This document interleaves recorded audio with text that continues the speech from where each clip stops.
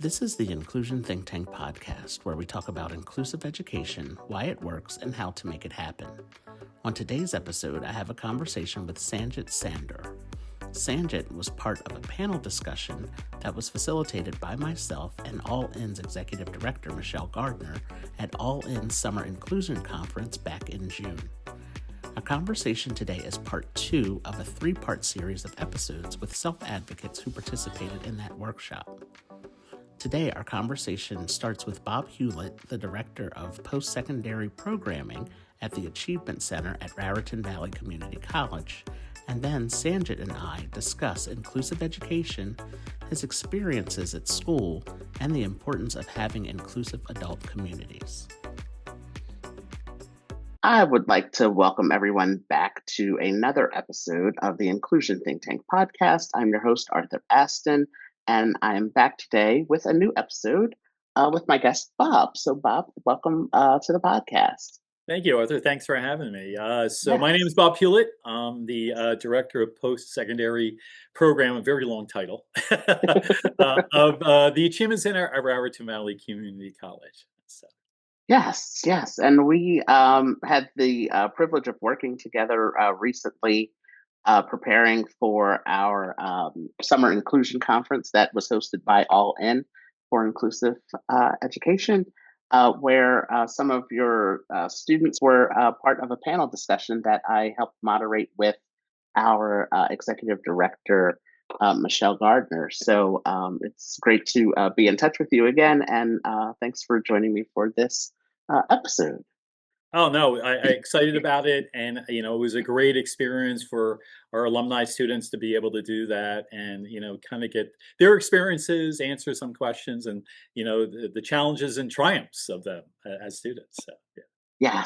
Yes. So as you mentioned, you are the Director of Post-Secondary Programming at the Achievement Center at Raritan Valley Community College, also known as the TAC. Yeah. And can you share with us the history of the Achievement Center, how it came to be and what services you offer to those who are enrolled there?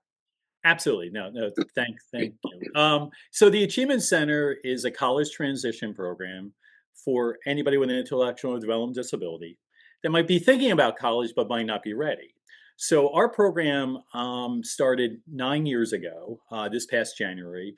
Next year in 2026, we'll be celebrating our 10th anniversary, so we're very excited about that. And programs like these are relatively new. I think even the oldest one in New Jersey is maybe 14 or 15 years old. And I took over the program about a year in. And it was a conversation between our executive director at the Arc of Somerset County that operates the Achievement Center and the college president, Dr. Michael McDonough, about creating a program here. And Chris Corvino, who's our current executive director of the Arc of Somerset County, was our curriculum coordinator that started the program. And we started it with 2 students in 2 classes, not sure how it would work. I took over about a year in, turned it more into an academic program with life skill classes for sure. And fast forward now, starting this fall semester, we went from 2 students in 2 classes to now we'll have 180 students in our program. Wow. We have 65 students who currently take Raritan Valley Community College classes. We've had 8 graduates of Raritan Valley Community College, in fact, 2 just this past year. In fact, we have about 5 or 6 students going to 4-year schools and universities and stuff. So it's a college transition program that works on all different skill levels for students. It's 3 years base. It doesn't mean that students have to go 3 years. Most do, or take longer to that. But we really work on all the building blocks for academics for all of our students, whether it's communication skills. We have about 9 different communication classes, which also include starting conversations, teamwork classes. We have several self-advocacy classes, mathematics classes, note-taking classes. We teach our students how to note-take. We have time management and planning classes, English classes, computer classes, all of these building blocks that any student, if they want to go to college And right now, we're about 98% of our students coming from our program to doing that. But everything you would need to be successful as a college student, but not only just in college, in all parts of your life, whether it's your personal life, a work environment, all those different things. So we offer all these different classes. We run fall, spring, and summer all year round. When the college starts here on September 3rd in the fall, we start. We have summer classes going on currently. We even have in the summer classes for high school students who are thinking about our program or at least building up their skill levels to be able to come to whether it's our college transition program or one of the other ones that are offered in the state or other places. That's amazing to hear about the growth over since where you started and where you're at now with all the students that are participating. That's amazing. It's so cool to hear. Yeah, no, it's great. And I have a very great, fantastic creative staff. It's really the students who have kind of driven it. And really, I always use the example of this is my students are great on phones. They could make films and everything. But what we found for a lot of our students that they didn't know even the basics about computers or Excel and PowerPoint. So we created classes on that. Same thing for self-advocacy classes, note taking, all those different things. And I can honestly say, and a lot of my staff will say the same thing, is when I went to college, I wish I had some of these classes. I wish I had a time management class. I wish I had a note-taking class. And I think the best example is, besides the 65 students, is in the spring semester, we have 5 students make the dean's list at Raritan Valley Community College. Although we're an academic base, we have life skills and we have career classes that talk about those things. But we also talk about that college is also about making friends and building relationships and Mhm. all that stuff and having fun. And that learning's fun. And that's what we really emphasize with our students, because I can honestly say some of our students have went to really good progressive high schools and matriculated in high school classes. Some did a little bit of it, but more than half my students, whether they had one chance or never did homework in their lives, it's that, hey, challenging them. And our kind of running mantra here is, whose life is it? It's my life. And it's about them. And then for them, figuring out what they want to do. And what we always say is a lot of interests are the things that you become careers or things that you want to do the rest of your life. So. Wow, that's great. That's really great, and it's so important because, um, everybody's an individual, and they all have, their different interests and, Absolutely. different paths that everyone is going to take. So it's really cool, and again, I just love how you said that it was, how it started so small and now it has grown into something that is, so big. That's really great. Absolutely, and I think it's formed because of the different things. We have another thing that's not an academic thing that we do. It's called Club Friday Night Hangout that we do on Friday nights. It's a recreational activity based thing, and to offer that kind of recreational, because I know sometimes finding good social skills groups is difficult and so forth. And that has blossomed from the fall of 2018 of 6 students in it to now I have 55 students in it. And we do it in the summer on Wednesday nights. We're having it tonight and stuff. So I think it's all of those different parts of it, and we want that learning can be fun and it can be interesting, and it's about them and learning all different kind of skill levels that they can use of part of life. And when I do lots of presentations, students say they want to be independent, but there's a lot you need to learn about yourself to be able to do that. And we teach our students also that obstacles and barriers are going to happen and how to overcome those challenges. My teachers and my mentors talk about when we've made mistakes and that we're not perfect and how Mhm. to, and this building those support systems, I think is great. Absolutely. So as I mentioned, you and I we recently connected a few months ago, I guess at this point, Yeah. to begin planning for a panel discussion that I was co-moderating with our executive director at All In, Michele Gardner.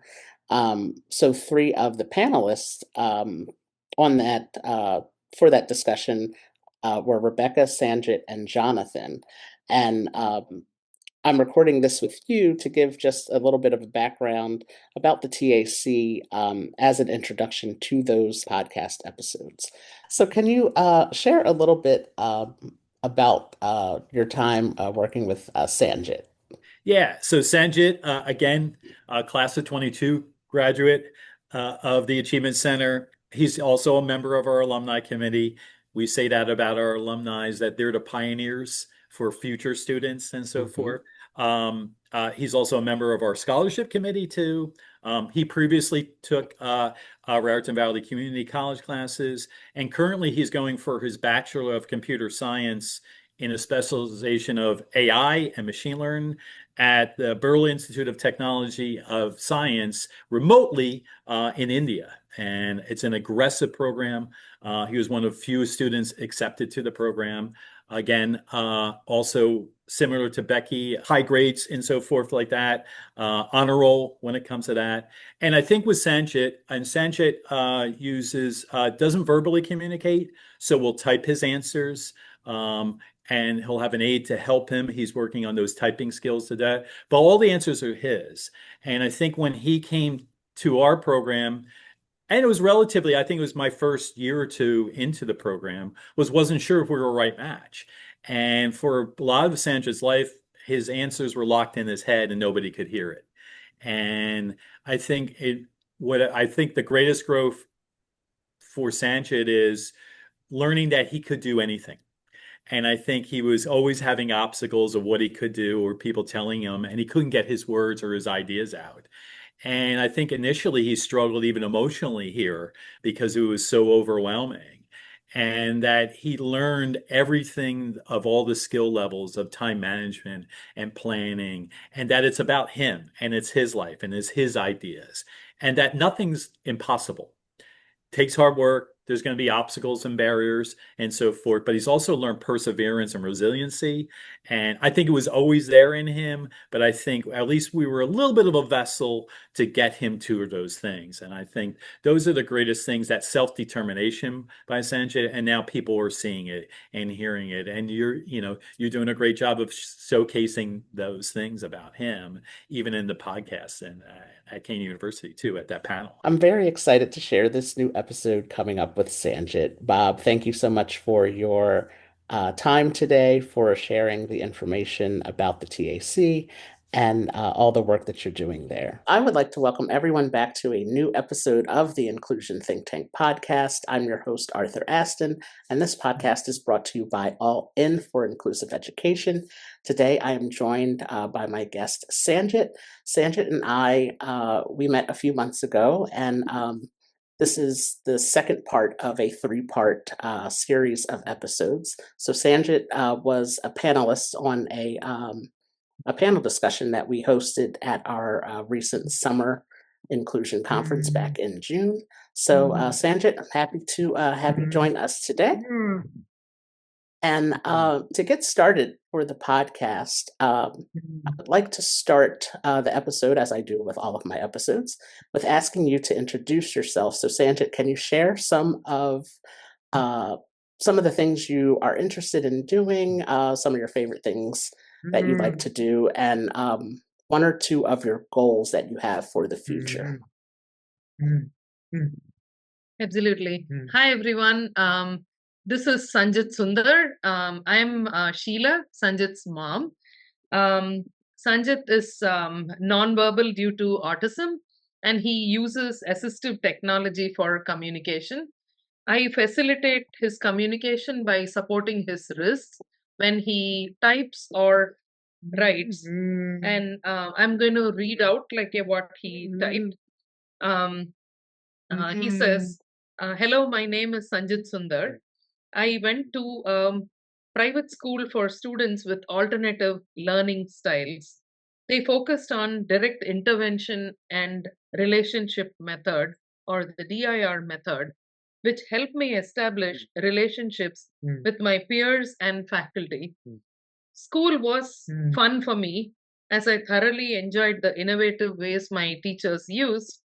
I especially loved math, where my teacher motivated me by allowing me to attempt higher grade level problems if I completed all of the problems. And I consider myself a brainiac and love to keep on learning. And so one of my biggest interests is to pursue secondary education. to keep updating my qualifications. I am enrolled in an online computer science degree with an eminent organization through Coursera, and I absolutely love music, yoga, and taking like walks, and I'm also participating in a lot of OT that helps me address my sensory motor issues. I have big dreams, so after equipping myself with the education, I plan on starting an enterprise, a social enterprise that will employ neurodiverse individuals like myself alongside the neurotypical peers. And that is my dream. And the Achievement Center program kind of provided the stepping stones to begin my secondary education. That's great. Computer science is something that I have been interested in, but I don't. I never looked more into it. So that's really impressive that you are, that's part of your goals for the future. And music, I think a lot of people relate to the love of music. So thank you for sharing that answer with us. So you started to share a little bit, but can you tell us, Sanjit, can you tell us some of your favorite memories from the time when you were in elementary school through high school?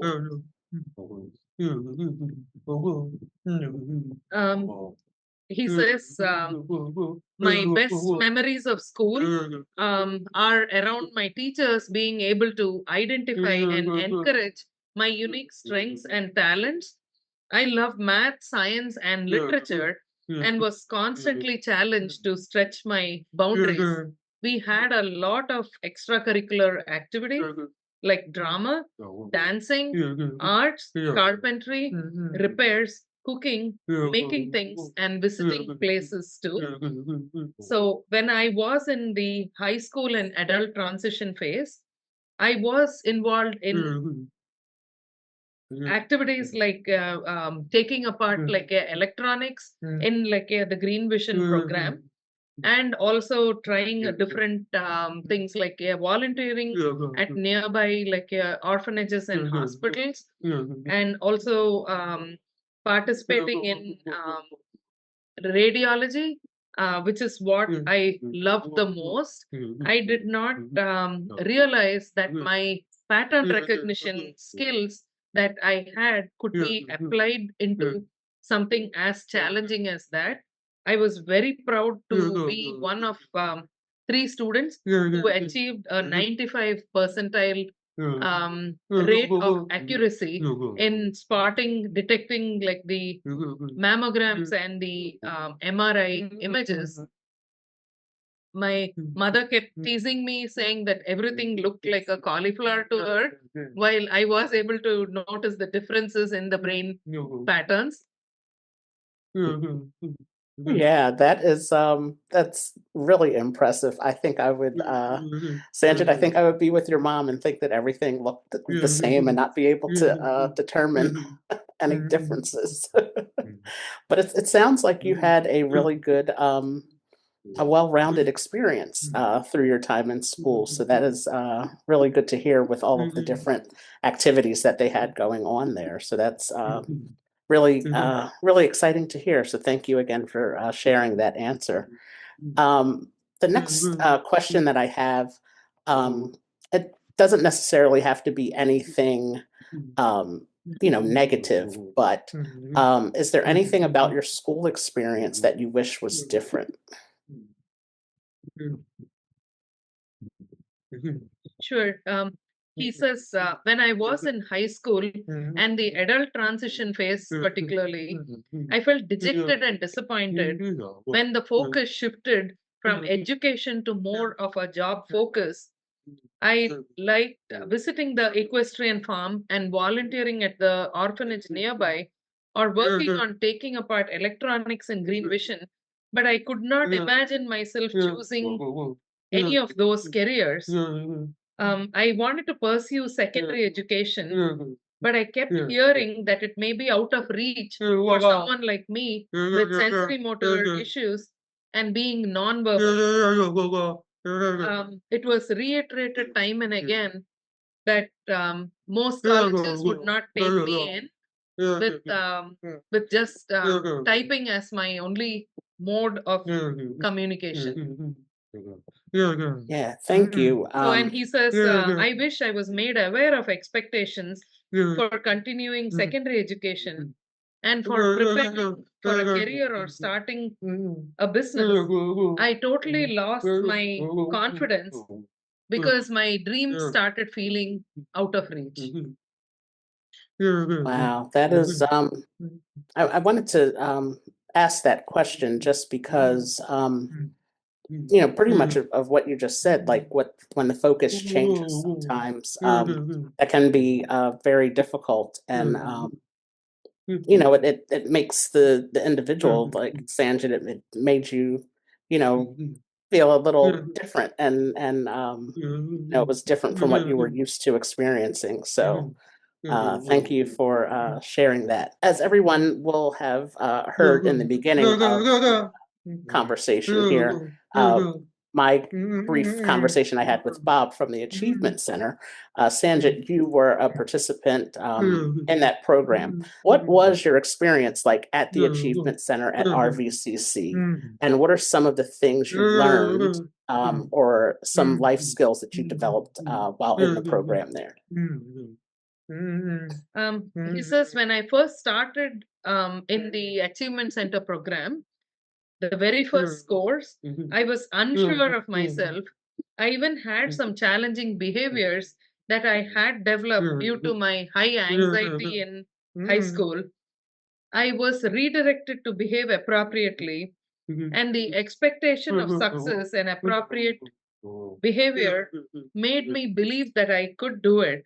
And the Achievement Center program systematically provided me stepping stones to how to learn any subject, whatever that might be, how to go about methodically preparing yourself, and like everybody could have limitations, but the systematic preparation enabled me to beginning to believe that I could achieve whatever I set my mind on. I loved the creative writing and the public speaking classes, which showed the part of me that appreciates literature, as I always thought that I'm a STEM person. I was the only one who needed assistance from my parents or aid to type my responses, but the accommodation and encouragement I received made me feel quite at home. And being among other fellow students who had other challenges um, kind of brought the point home that I was not alone in a vacuum, and help does exist if you are able to find out. And it was my great luck that our support coordinator knew about Achievement Center program, and we did the visit for the program, and that turned out to be a turning point in my life. And this program has provided me for the foundation necessary for the pursuit of secondary education and any career goals. And it's basically rekindled my passion and my self-confidence. That's amazing. Talking with Bob about the Achievement Center and hearing how it started as such a small program and what it has grown into was so encouraging to hear. And then, Sanjit, to hear your answer of saying how being part of that has been a turning point for you, and just it's really, really encouraging to hear. So thank you for that. And to wrap up our conversation, I would like, Sanjit, can you share what message would you like everyone who is listening to the podcast to know about the importance of inclusion for students with disabilities? He says, Thank you for this question. This is a very dear part to me. He says, I had tried several colleges in New Jersey, but could not find any that could provide me with the necessary accommodations. Even the placement testing seemed so convoluted that tested more of my anxiety levels than my subject knowledge. So, when I was in like my high school transition program, I had a radiology internship that showed, along with others, that like a very high accuracy that I could achieve in matching patterns. So he says schools should provide more opportunities for neurodiverse students to mingle with their neurotypical peers, who so that like they can achieve an understanding of the diverse spectrum. And please help to the educators. He says, please help this population identify their individual strengths and encourage them through alternate means of education. Most times, our lack of talent is more a lack of self confidence. So, with the right measures in place, there will be several potential great candidates that can be identified who may not be found through just conventional means. Thank you. I am. It's been great working, Sanjit. It's been great working with you, preparing for the panel discussion that we did in June, and also with this conversation today. And that final message, I think, is so important because we all have our own anxieties about different things. So, I think to make the educators aware of how they are doing things and being able to incorporate and include those who are neurodiverse with the typically developing students, bringing everybody together, I think, is so important, and that's what we like to promote here at All In, is inclusion and inclusive education. So thank you so much for your response to all of those questions, Sanjit. And as I said, it's been great working with you and getting to know you, and really hope that we can work again and do something in the future. He says, thank you for having us on your podcast. It really means a lot. Yes, you're welcome. You're welcome. It's been really great, again, getting to know both of you and getting to talk with you, Sanjit. And, I will definitely stay in touch, and we'll make sure that we can do something else in the future. Thank you so much, Arthur. Yes, you're welcome. And I will talk to you soon. We thank you for listening to this episode of the Inclusion Think Tank podcast. This podcast is brought to you by All In for Inclusive Education. Be sure to subscribe on Apple Podcasts, Spotify, or YouTube. Stay tuned for new episodes of the podcast premiering every 2 weeks. We're all in. Are you?